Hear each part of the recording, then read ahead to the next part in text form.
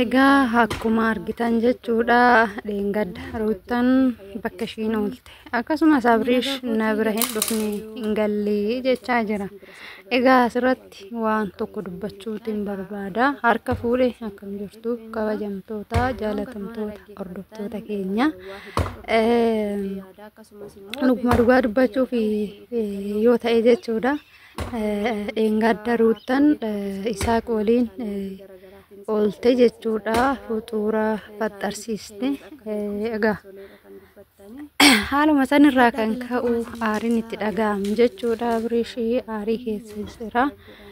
Akkasumas immoo ruutanis hin bulte jechuudha. Sababni isaa samoona waa hedduu irratti hojjetan jechuudha. Ruutan baay'ee taartee jirti.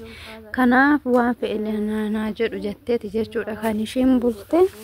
Egaa ammoo amma inni kootu jedhee kophaatti isheetti himuuf yaamnan kophaatti waan jiru jireenyis yoo ana waliin si gahee yookaan immoo gahus baatee natti himi kophaatti akka itti himtuuf jechuudha. Yaamee ishiin immoo eeyyamamtuun taane kophaa ishii dhaquudhaa fi mucaa qabattee deemte jechuudha. Isaaq wajjin deemte. Isa wajjin kan deemte kaachittuyyuu akkuma isin viidiyoo isaanii hin laaltu wal lolan jechuudha.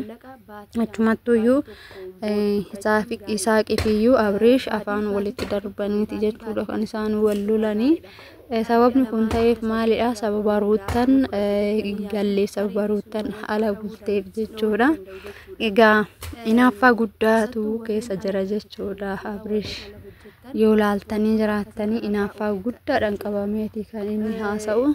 Maaliif yeroo baay'ee dhiironni dafaniiti aaruu dafanii waan tokko arguun barbaadan waan isaan miidhu waan isaan naasisu. Kanaafuu baay'ee aaree jechuudha inni yeroo sanitti aaree loleeni. Egaa kanas ta'u sanas ruutan immoo ani sin barbaadu jireenya dhuunfaa kootii jiraachan jira sifaana jiraachuu ergan dhiisee barri ture bobbulee jira ani si dhiiseen jira. Atis of danda'ee jiraadhu anis of danda'een jiraadha jireenya koo eegaleen jira jireenyi kiyya ammoo isa kana waliin sin galchuu jetteen jechuudha. Wanni ati mucaa kanarraa qabdullee maali jedheetoo gaafa inni ishee gaafatu ishiin immoo waa'ee isaa sin dhiibu haniifati waan kana wal gaafachuu walirraa dhimma hin qabnu maaliif qaata wal gadhiisni waan ta'eef haniifati. Kanaafuu atis jireenya kee jiraadhu sin galchuu waa'ee koo jechaanii jirti jechuudha. Egaa inni gaafachuufis akkasumas waa hedduu kan yaade garuu isheen heeyyamamtuu miti hundumaafuu. Isaaqis waan wajjin jiruuf innis baay'ee waan jiru gaafachuu hin dandeenye jechuudha Abriish. Egaa kana keessa jiru jechuudha dhugaa dubbachuuf hoo ta'e baay'uma nama ajaa'ibu jechuudha yoo akkana ta'e in ulfaata. Maaliif jennaan dubartiin takka aguma feellee ta'u dhiira rabbira ala deemtee bulte yaa haadha manaaf abbaa manaa gaafa ta'an tariitii waan dirqii yoo ta'e ittimtee deemtee buluu qabdi akka seera keenyaatti. Akkasumas immoo isaan lachuu akkasuma jechuudha walii ajajamuun tokko jira jechuudha. Gamanumaan balleessan immoo balleessan Abriish biras ni jira jechuudha. Abriishis samoona waa hedduu raawwachaa ture jechuudha. Kanaafuu isheenis aartee kanatti galte jechuudha.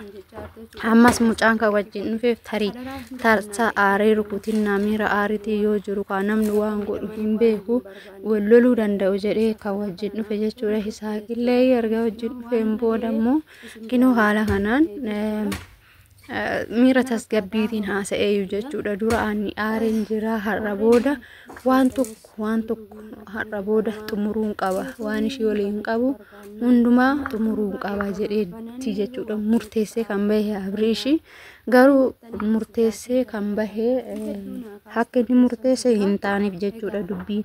Maaliif jennaan Isaaqis bira jira waan ta'eef waan tokko jechuun hin dandeenye jechuudha. Isaan afaan walitti darbanii ishiinis immoo garmalee haartee lolaa jirti jechuudha. Ruutanis kana fakkaata dhugaa baay'uma nama dinqa. egaa wanni godhan hin jiru taragaaga'ii jennaani abrishiidhaanii taragaagaa jennaani taragaagaa anti sawuyyee bakka minimaat taragaachaalif bakka tigist manoora allebbe ilaallo abrish maalannu innaa tigistii qabaachuu qabdaa waan hunduma keessattu balleessaa keefillee hin balleessinee osoo hin ta'in yookaan balleessuun danda'allee osoo hin ta'in namni immoo balleessaa namni hin balleessin hin jiru waan ta'eef duubatti deebitee of laaltee waan balleessite san hundumaaf dhiifama gaafachuu qabda akkasumas ishiinis dhiifama si gaafachuu qabdi wal dhiifama waliif gootanii jireenya keessan walitti deebitanii jiraachuu ni danda'ama akkuma jette immoo namni isin jidduu seenu hin qabaatu kanaan duras isin jidduu namatu jira kara abrishis nama biraati jira kara ruuttatis akkuma argitanii saaqtu jira jechuudha egaa isaan lachuu namoonni jidduu isaaniitii bahanii osoo walitti araaramanii waliin jiraatanii akka duraanitti baay'ee gaariidhaan jira egaa kana fakkaata hordoftoota keenya dubbiin kun baay'ee ulfaatudha garuu irraa haasa'uunis mee waawwamattuus warri mana kanaaf haaraa taatanii maatiin taa'ii sabiskiraabii godha sheerii godha laayikii godha uummata isiniin jenna waraabulaa deebanaay egaa kana fakkaata qophiin keenya amma sa'aatii kanatti qabannee dhufnee qophii biraatiin immoo walitti deebinaa isiniin jedha